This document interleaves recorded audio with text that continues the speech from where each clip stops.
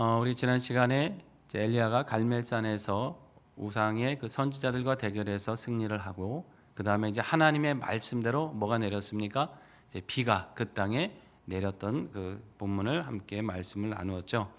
큰 비가 내려서 이제 엘리야가 아합보다 먼저 달려가는 하나님의 능력으로 앞서가는 그런 장면들이 있었습니다. 자, 그렇게 이제 아합이 이스라엘로 돌아와서 이제 그간 있었던 일들, 갈멜산에서 어떤 일이 있었고 여차했던 그 모든 일들을 자 누구에게 말합니까? 1절에 보니까 자 이세벨에게 다 그것을 말해요. 당연히 뭐 아내니까 가서 얘기를 해주겠죠. 자, 그런데 그 얘기를 들은 2절에 보면 이세벨의 반응이 어떻습니까? 자, 사신을 엘리야에게 보내죠. 그리고 뭐라고 합니까? 내가 내일 이맘때 반드시 너를 죽이겠다라고 하는 것이죠. 그렇지 않으면 신들이 내게 벌을 내리기에 벌 위에 벌을 내림이 마땅하다. 그러니까 반드시 그렇게 하겠다라고 하는 이제 이세벨의 그런 협박인 것입니다. 여러분, 이 산에서 모든 걸 보고 겪은 사람이 누굽니까? 아합이잖아요. 바알에게서는 응답이 아무것도 없었고 하나님께 구했을 때 응답이 내렸던 것을 아합은 보고 겪었어요. 그리고 바알의 선지자들이 아무것도 아니고 정말 헛되게 죽을 수밖에 없는 그런 존재인 것을 눈으로 다 봤습니다. 그리고 하나님의 말씀대로 비가 내렸어요. 자신은 그 빗길을 마차를 타고 달려왔습니다. 3년 반 동안 비가 오지 않았던 그 상황에서 하나님의 능력을 여러 차례 반복해서 아합은 경험합니다. 그러면 적어도 어떤 고민을 해야 됩니까? 야, 정말 하나님이 살아계신 신인가? 내가 지금 잘못 판단하고 있는 게 아닐까? 정말 나는 왕으로서 앞으로 그렇다면 이 백성을 어떻게 어떤 신앙으로 이끌어야 될까? 사실 이것에 대해서 가장 고민하고 생각해야 되는 사람이 아합이에요. 그동안의 정책이 잘못됐다면 정책을 바꿔야죠. 그리고 좀 더 정말 기대할 수 있다면 정말 하나님 앞에 회개하면 더더욱 좋겠죠. 회개하고 하나님만을 온전히 섬기겠다라고 결단했다고 한다면 비록 시작은 악하게 시작했을지라도 나중은 좋았을 수 있는 그런 왕이 될 수도 있었습니다. 왜 남쪽의 아사 왕은 기억하세요? 자신의 모친이었던 태우 마아가라는 여인이 아세라상을 버리지 않고 계속 섬기니까 그 태우의 주의를 패해버렸잖아요. 어머니였다 하더라도 그 주의를 패했어요. 왜냐하면 하나님에 대한 신앙이 잘못되어 있었기 때문에 그것을 용납하지 않았습니다. 그런 왕도 있는데 아니 아합은 어떻게 된 게 이런 것을 보고도 신앙을 바로잡을 생각을 하지 않고 있었다라고 하는 것입니다. 오히려 이세벨에게 이세벨의 눈치를 봤겠죠. 그렇다고 한다면 오히려 아내를 설득해야죠. 하나님이 살아계신 왕이다. 우리가 지금 잘못 가고 있는 거다. 오히려 이렇게 설득할 수도 있어야 되는데 지금 여기 보니까 1절과 2절 내용에 보면 아합은 모든 일을 그냥 이세벨에게 딱 던져놓고 이세벨이 알아서 나서주길 바라고 자기는 뒤에서 그냥 숨어 있어요. 이런 현상이 아합에게서 자꾸 일어나죠. 자, 나약한 왕이고 불신한 정의 왕이었고 하나님의 역사를 보고도 도통 깨닫지 못하는 왕이었다. 오히려 더 악한 이세벨 뒤에 숨어서 이세벨이 이 상황을 어떻게 수습해 주기만을 바라는 그런 사람이었다는 것이죠. 자, 그 결국 이세벨은 태생부터가 우상 숭배자입니다. 원래 하나님을 믿다가 잘못된 사람이 아니라 원래 그 나라의 문화 자체가 바알을 섬기는 문화고 그 아버지가 바알을 섬기던 제사장이었다 왕이 된 사람 아닙니까? 이세벨로서는 기대할 게 없는 거죠. 이 상황에서 이세벨이 회개를 할 수 있습니까? 아닙니다. 오히려 더 악하게 나오는 거예요. 그것이 바로 엘리야를 죽이겠다라고 하는 결심입니다. 자, 3절 보십시오. 엘리야가 어떻게 해요? 자, 이 상황을 보니까 자기의 생명을 위해 어디로 도망을 합니다. 어디까지 가냐면 유다. 지금 엘리야는 북이스라엘에 있었습니다. 그죠? 갈멜산과 이스라엘이라는 지역에 있었는데 유다는 남쪽이죠. 유다에 속한 또 남쪽 중에서도 더 남쪽 브엘세바라는 곳까지 피신을 합니다. 한번 지도를 보겠습니다. 자, 여기 보면 이스라엘 땅 있고 자, 브엘세바를 한번 비춰볼게요. 어디에 있습니까? 저 아래. 유다 땅 중에서도 맨 아래쪽에 있지 않습니까? 브엘세바라고. 이 브엘세바 많이 들어본 것 같은데 여러분 이제 많이 나와요. 어디서 많이 나왔냐면 이건 아브라함 때부터도 나왔어요. 아브라함이 아비멜렉이라고 하는 사람하고 분쟁하면서 서로 간에 그 평화 협정을 맺을 때 여기서 우물을 하나 놓고 맹세를 합니다. 그 맹세의 우물이다. 그래서 그게 브엘세바입니다. 그래서 아브라함 때 처음 등장하는 지명이고 이삭도 나중에 여기서 거주합니다. 유대 땅 남쪽이에요. 약속의 땅이고 어떻게 보면 또 신앙적인 땅인데 여러분 단에서부터 브엘세바라는 표현 기억하셔요? 이스라엘을 표현할 때 단에서부터 브엘세바에 이르기까지 이런 표현들 종종 나오지 않습니까? 단은 이스라엘의 북쪽 끝, 브엘세바는 남쪽 끝을 얘기할 때 나오는 게 브엘세바입니다. 엘리야가 있던 곳으로부터 남쪽으로 한 140km 넘게 떨어져 있는 곳이라고 합니다. 유대 땅 굉장히 남쪽에 있는 곳까지 피신을 하는 것입니다. 어떻게 보면 정말 이세벨의 그 악한 영향력이 미치지 못하는 곳으로 아예 멀리 피신을 한 건데요. 자, 엘리야의 입장에서는 여러분 엘리야의 심정을 한번 생각해 보십시오. 굉장히 허탈하고 지치고 허무하고 낙심되지 않았을까요?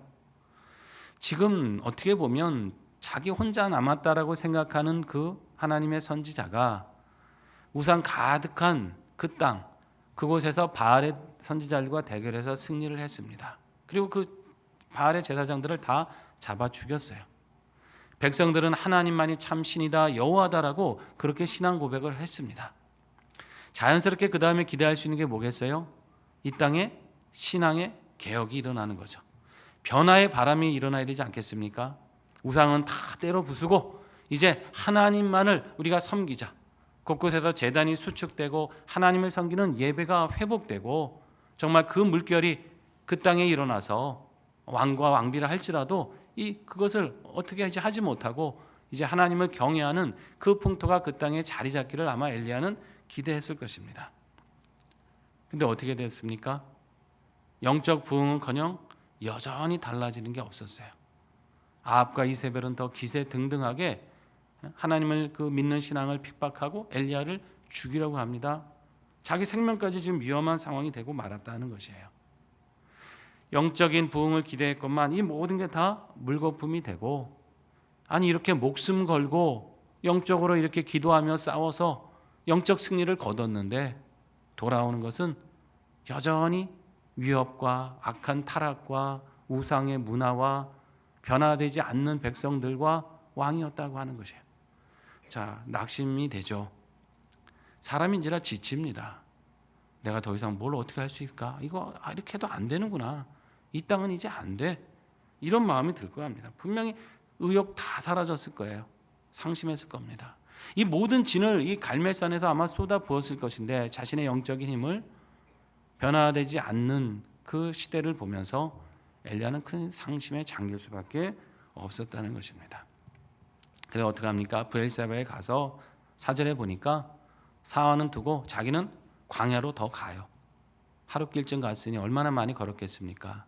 노뎀나무의 아래에 이릅니다. 이 노뎀나무는 이제 사막의 골짜기나 물가에 흔히 있는 나무라고 하는데 한 1, 2m 정도 자라고 이 잔가지가 많아서 이제 햇볕과 바람을 이렇게 잘 막아주는 그런 나무라고 합니다.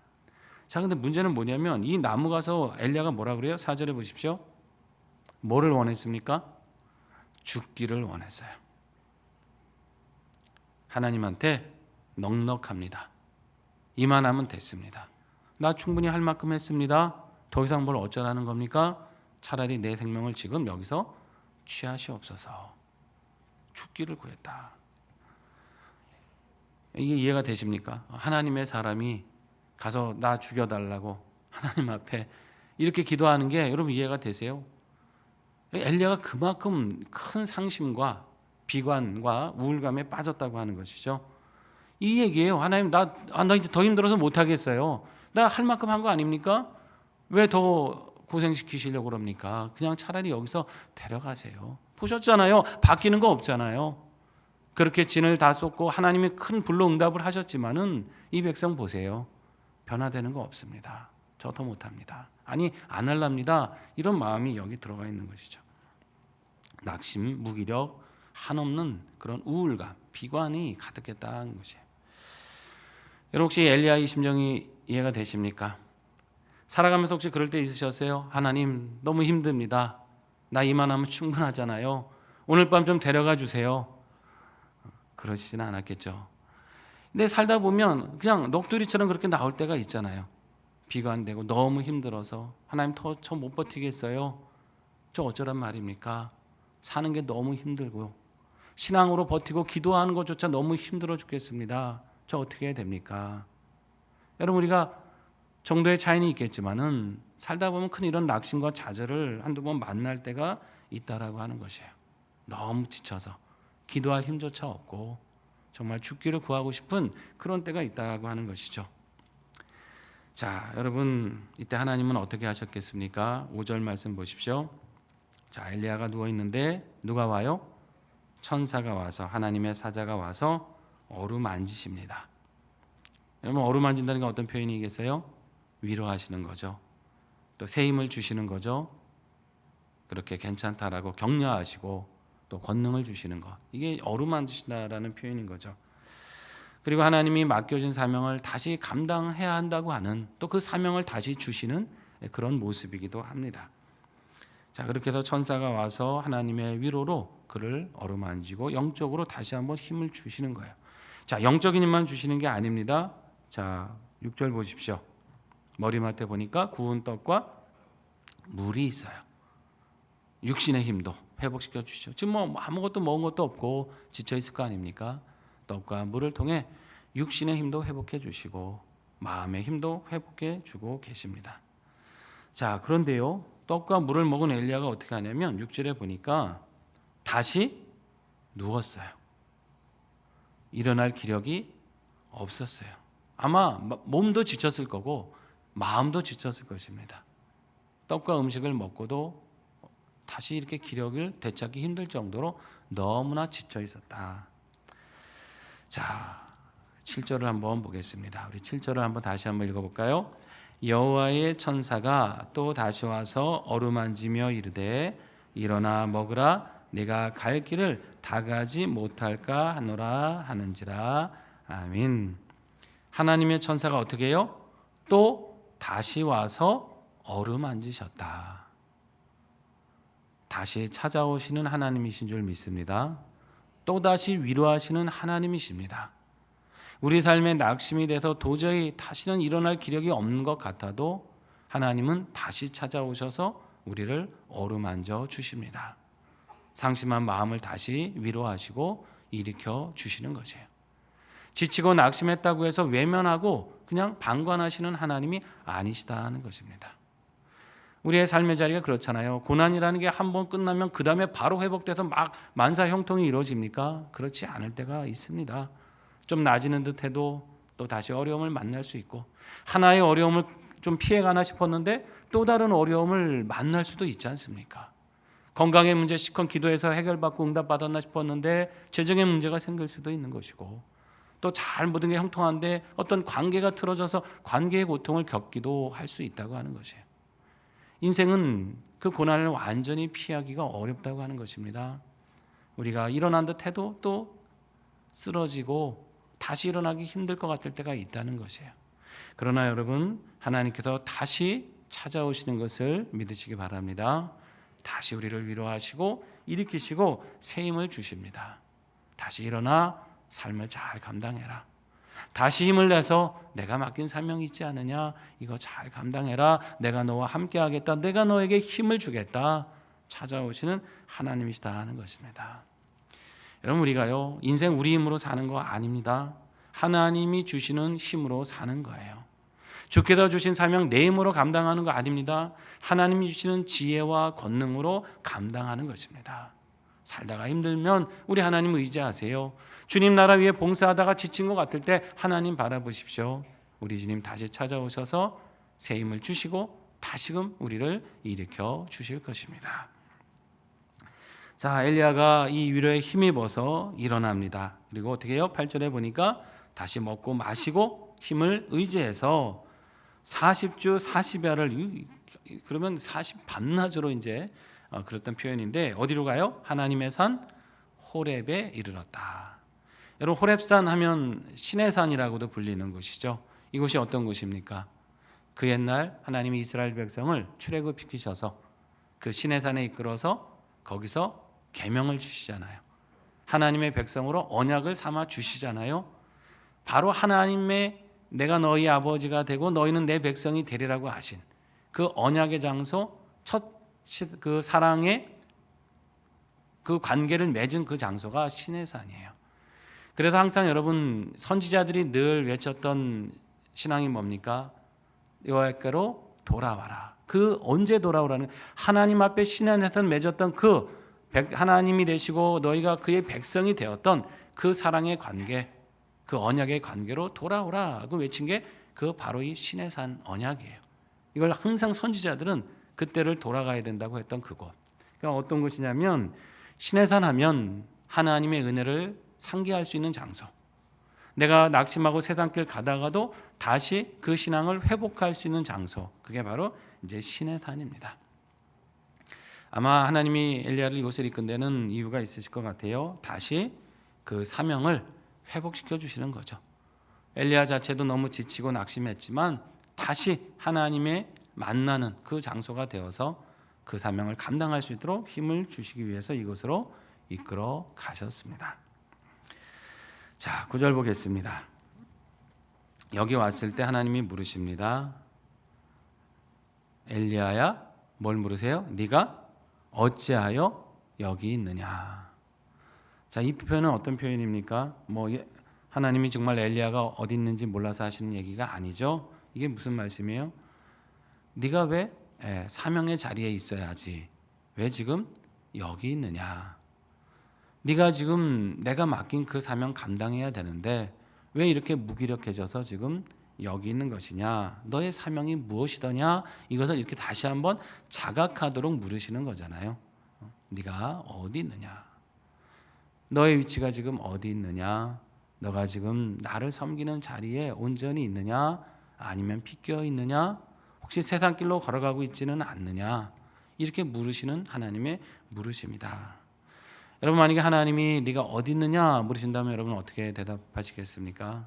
하나님 나는 주께서 원하시는 그 자리에 있습니다. 이런 고백이 우리의 고백이 되시기를 바랍니다. 나는 하나님의 사명 감당하는 자리에 있습니다. 주님이 내게 부탁하신 그 자리에 저는 묵묵히 성실히 그 사명 감당하고 있습니다. 이게 축복이죠. 우리가 있어야 될 자리에 있고 감당해야 될 사명을 감당하고 있는 게 축복입니다. 하나님이 원하시는 그 자리에 있는 게 행복이고 기쁨 아닙니까? 우리의 기쁨은 항상 우리 주님 원하시는 자리에 머물고 주님 원하시는 사명을 감당하는 데서 이 기쁨을 누리시기를 바랍니다. 자, 이제 엘리야가 대답을 해요. 10절에 보니까 그가 이제 너무나 지치고 힘들었던 그 마음, 그걸 이제 하나님 앞에 아뢰입니다. 자, 어떻게 표현합니까? 내가 만군의 하나님 여호와께 뭐가 유별하다 그래요? 열심히 유별합니다. 이건 하나님도 아실 겁니다. 이제 이런 얘기죠. 가끔 우리가 보면 이렇게 유별나 이런 표현을 쓸 때가 있는데 이 하나님에 대한 열심히 유별나다는 거는 좋은 거 아닙니까? 열정이 있고 하나님을 위한 정말 내가 열정으로 살아가겠다. 하나님을 위한 길이라면 나는 만사 제쳐두고 그것을 우선으로 나는 내 삶의 우선순위를 삼겠다. 이제 이런 표현 아닙니까? 자, 그런데 문제는 나는 이렇게 열심히 유별한데 상황이 어때요? 이스라엘 자손은 주의 언약을 버렸어요. 주님의 제단을 다 헐어버렸어요. 그리고 칼로 주님의 선지자들 다 죽였어요. 이게 너무 나는 이제 하나님을 위해서 뭘 해야겠고 정말 이 땅이 변화되기를 바라는 모습으로 모든 걸 나는 내 걸 다 헌신을 쏟았는데 내 주변 상황을 보니까 오히려 예배의 자리는 다 회파되고 하나님의 일꾼들은 다 죽임을 당하고 자, 누구만 남았어요? 나만 남은 것 같아요. 나 혼자인 것 같아요. 근데 나 하나 남았는데 내 생명까지도 이제 찾아서 죽이려 합니다. 이게 이제 엘리야의 여기서 낙담이 여기서 있는 것입니다. 하나님 위해서 난 열심을 냈습니다. 그런데 도무지 이 상황은 바뀌는 게 없습니다. 오히려 더 악화됐습니다. 오히려 더 신앙이 무너졌습니다. 나 겨우겨우 버티고 이 사명 감당하고 있는데 이제 나도 죽이려고 합니다. 그러니까 차라리 그냥 데려가시는 게 낫지 않습니까? 제가 어떻게 해야 됩니까? 이제 이 낙담이었다라고 하는 것입니다. 자, 이제 그 부분은 이제 다음 주에 가서 이제 그 본문을 통해서 엘리야가 어떻게 회복되는지를 보게 될 텐데요. 자, 여기서 우리가 한 구절 다시 한번 깊이 보고 가겠습니다. 내가 하나님께 대하여 열심히 유별하다. 하나님을 정말 열정적으로 사랑하고 하나님을 위해서는 내가 그 하나님의 마음에 공감하며 살아가겠다라는 표현이 열심히 유별하다 이런 뜻입니다. 이 말은 달리 표현하면 나는 하나님을 위해서 질투했습니다 라는 뜻이에요. 하나님을 위한 질투를 내가 품고 있다. 왜 그런 겁니까? 여러분 성경에 보면 하나님이 질투하신다는 표현이 있죠. 그럼 어떤 표현이에요? 하나님이 그 백성을 사랑하시는데 이 백성이 하나님을 바라보지 않고 우상을 바라보고 죄악 가운데로 행해버리면 하나님 마음이 어떠신 거예요? 아니 나는 그렇게 사랑과 애정을 모든 걸 다 쏟았는데 그 사랑에 응답하는 게 아니라 전혀 다른 대상에 가서 자기 그 사랑을 갈구하고 있으면 하나님이 그게 진노가 나실 거 아니에요. 그게 질투, 하나님의 질투잖아요. 뭐 사람이 가진 그런 뭐 감정적인 이런 차원이 아니라 거룩하신 하나님이 받으셔야 될 영광을 그 백성에게서 받지 못하셨을 때, 하나님다운 대접을 받지 못하셨을 때 가지시는 그 거룩한 분노가 있단 말입니다. 그게 질투예요. 하나님이 질투하신다는 표현이에요. 이거를 지금 누가 가지고 있다는 거예요? 엘리야가 똑같은 나도 그 마음을 가지고 있다는 겁니다. 이 백성이 하나님을 떠나 저렇게 우상을 섬기고 주님의 제단을 다 회파하고 바알을 섬기는 그 모습을 보고 있자니 제 안이 견딜 수가 없습니다. 하나님이 가지신 분노와 진노가 제 안에도 일어납니다. 그 질투의 마음 제 안에도 일어나듯 일어나고 있습니다. 이런 표현입니다. 여러분 우리는 보통 언제 화가 납니까? 내 감정 다쳤을 때, 내 자존심 상했을 때가 화가 나잖아요. 견딜 수 없어서 분노하고 하지 않습니까? 근데 여러분 우리는 그런 차원이 아니라 하나님께서 하나님다운 대접을 받지 못하시는 것에 대한 질투와 분노가 있어야 될 줄로 믿습니다. 하나님이 마땅히 받으셔야 될 영광을 받지 못하고 계시다는 것에 대해서 우리는 가슴을 치고 애통해야 할 줄 알아야 되는 거예요. 하나님이면 거룩함과 존귀를 받으셔야 되고 많은 사람으로 인해서 마땅한 합당한 영광을 받으셔야 되는데 사람들이 하나님을 외면하고 믿음의 사람들을 비난하고 오히려 우리가 잘못 살아감으로 인해서 하나님을 욕되게 하는 이런 상황에 대해서 우리는 거룩한 분노를 가지고 살아가야 된다는 것이에요. 이게 하나님을 위한 질투의 마음입니다. 민수기 25장에 보면 아주 이것을 대변해 주는 사건이 하나 있어요. 이스라엘 백성들이 광야 생활 중에 계속해서 막 우상을 섬기고 악행을 하잖아요. 한 번은 이 모압 여인들과 교류하면서 모압 여인들과 그들이 섬기는 신을 같이 막 제사하며 섬기고 음행을 해요. 모압 여인들과. 그러니까 하나님께서 너무 진노를 하셨어요.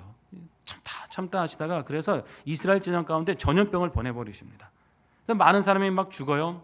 자, 모세도 여기에 가담한 지도자들을 찾아내서 다 죽입니다. 이 죄악을 이 땅에서 근절시켜야 되기 때문에 이 죄악이 너무 컸던 거예요.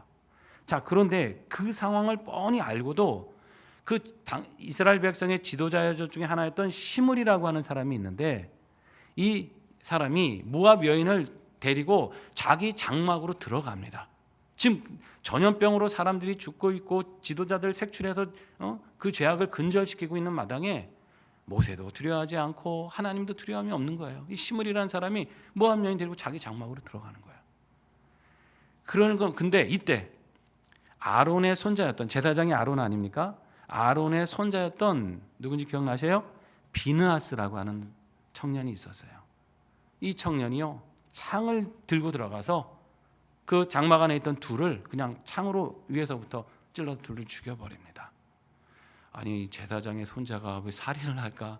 겉으로 보면 살인이죠? 아니 그 문제가 아니에요. 이거는 이스라엘 중에 이 죄악을 근절시키기 위한 비느하스의 열심이었어요. 누구를 향한? 하나님을 향한 열심이었어요.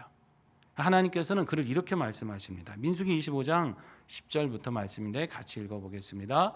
여호와께서 모세에게 말씀하여 이르시되 제사장 아론의 손자 엘르아살의 아들 비느하스가 내 질투심으로 질투하여 이스라엘 중에서 내 노를 돌이켜서 내 질투심으로 그들을 소멸하지 않게 하였도다. 아멘.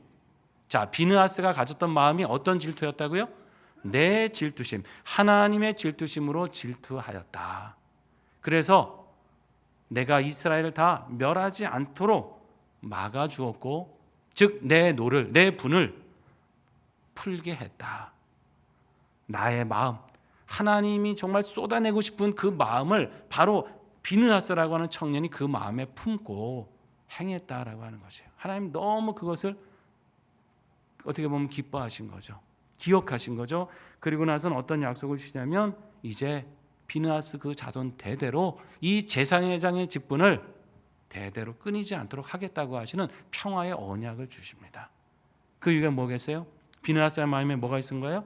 하나님을 향한 열정, 하나님이 가지신 그 질투의 마음, 이걸 비느하스가 그대로 가져왔다라고 하는 것입니다. 여러분, 우리도 이 땅을 살아갈 때 이 비느하스의 열심, 하나님을 향한 질투의 마음을, 엘리야가 가졌던 이 마음을 우리도 품고 살아가시기를 바랍니다. 여러분, 하나님의 이름이 욕되게 되고 영광받지 못하는 게 그럴 수도 있구나, 시대가 그렇구나, 그게 아닌 거죠. 우리가 이건 눈물 흘리고 애통해야 될 거 아닙니까? 하나님 마땅히 영광 받으셔야 될 분이 어떻게 된 겁니까? 우리의 죄악 때문에 그런 겁니까? 우리가 우리 죄를 회개하고 이 땅의 교회가 잘못해서 그런 겁니까? 그럼 이 교회된 우리가 이 땅을 부여잡고 기도하고 하나님 우리를 통해서 이제는 영광만 받으시옵소서. 우리를 통해서 하나님의 살아계신 그 존귀함만 받으시옵소서. 우리가 그 열정 품겠습니다. 우리가 주님의 마음 품겠습니다. 이걸 가지고 기도하고 살아가야 되는 거예요. 그렇게 결단했다면 우리가 우리 삶이 어떻게 되는 겁니까? 우리는 우리 뜻대로 사는 게 아니죠. 바로 하나님의 영광이 나타나도록 하나님을 위해서 살아가야 되는 거죠. 내 삶을 통해 하나님의 거룩함이 드러날 수 있도록 내 삶을 하나님 앞에 올려드리면서 살아가야 되는 것입니다. 그래야 하나님의 이름이 존귀함과 영광을 받으시고 거룩히 여김을 받으시고 사람들로 하여금 칭송을 받으시는 이름이 될 거 아닙니까? 그 열정을 품은 사람은 반드시 하나님을 위해 살아가게 되어 있고 하나님의 영광을 나타내며 살아가게 되는 것입니다. 엘리야가 가진 이 심정, 비느하스가 가진 이 열정, 우리 이 시대도 우리가 품고 살아가셔서 우리를 통해 하나님 영광 받으시는 거룩한 능력 나타나시는 그러한 삶을 살아가시기를 우리 주의 이름으로 축원합니다.